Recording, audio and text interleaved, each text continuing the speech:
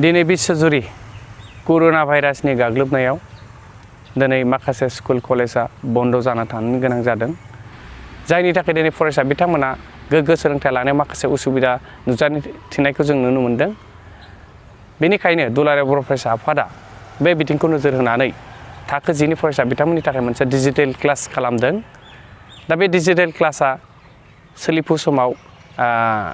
अनगोइं माने क्लासआ सोलिगासिनो दङ दा बियो सानसेयावहाय मोनथाम समाव मोनथाम 3 टाइम्स क्लासखौ खालामदों साइन्स इंलिश ग्रामार आरो मैथ्स दा दुलाराय बर' फरायसाफोरनि बिथोन बायदियैनो दिनै उदालगुरि जिल्ला एबसुआबो थाखो 9 नि फरायसाफोरनि थाखाय मोनसे डिजिटेल क्लास खालामनायनि हाबाफारि लादों आरो बे हाबाफारिया दिनै थामहिनबा 7 मेनि बेलासिनि 5 रिंगानिफ्राय जागोन आरो जोङो सानसेयावहाय मोनसे एपिसोडल' जोङो फोसावगोन आरो जोङो आयदाफारिखौ सानखान्थि साइन्स आरो इंराजि ग्रामार बे मोनथाम आयदाखौ जों स्पेसियली लादों आरो गोनांथि जायोबा इयुननि फैबाय थानाय समाव जोङो हयथ' जोङो गुबुन दस्रा साबजेक्टफोरखौबो जों लानायनि हाबाफारि लागोन दा नैबे हाबाफारिनि गेजेरजों जोंनि फंबाय बिनानाव बिथांमोना जिहेतु स्कुल कलेजाव थांनो मोनाखै दा बिथांमोना न'आवनो जनानै दङ आरो जिहेतु स्कुल लेभेलनि क्लास 9 नि बा 10 नि बा स्कुल लेभेलनि फरायसा बिथांमोना जिहेतु जास्ट थाखोआ स्टार्टसो जाहांदोंमोन बेयावनो लकडाउन जानानै होबाय जायनि थाखाय बिथांमोना सोलोंथाइखौ लानो हायाखै लेसनफ्रा आवगायाखै दा बिथिंखौ नोजोर होनानै दिनै जोङो क्लासखौ खालामदों बेयावहाय जोंनि फंबाय बिनानाव बिथांमोना जाहाथे मोनाबिलिनि 5 रिंगायाव जेरावबो लामा दथायाव बा बबेबा खेला दुलायाव एंगेज थायालासिनो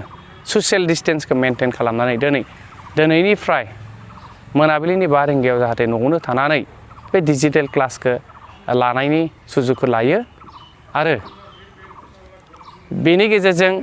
मोनसे बाथ्राखौ जों खावलायनो नागिरदों जोंनि दिथागिरि बिथांमोना जाहाथे जोंनि जि फरायसुला फरायसुलि बिथांमोना नैबे जि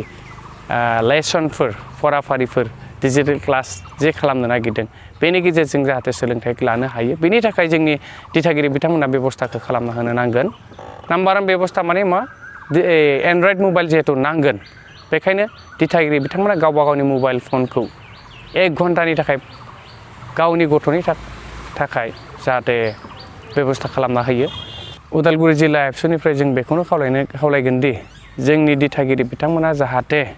जेब्लानाखि डिजिटेल क्लासआ जागोन अब्ला बे समावल' जाहाथे मबाइलखौ हगारनानै होयो आरो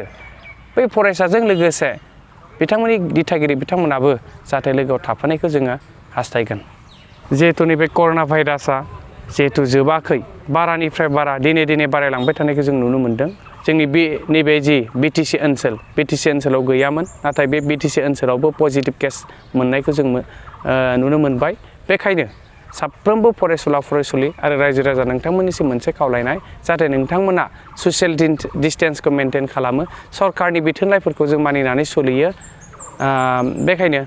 नोंथांमोना न'आवनो था आरो गावनि जिउखौ रैखाथि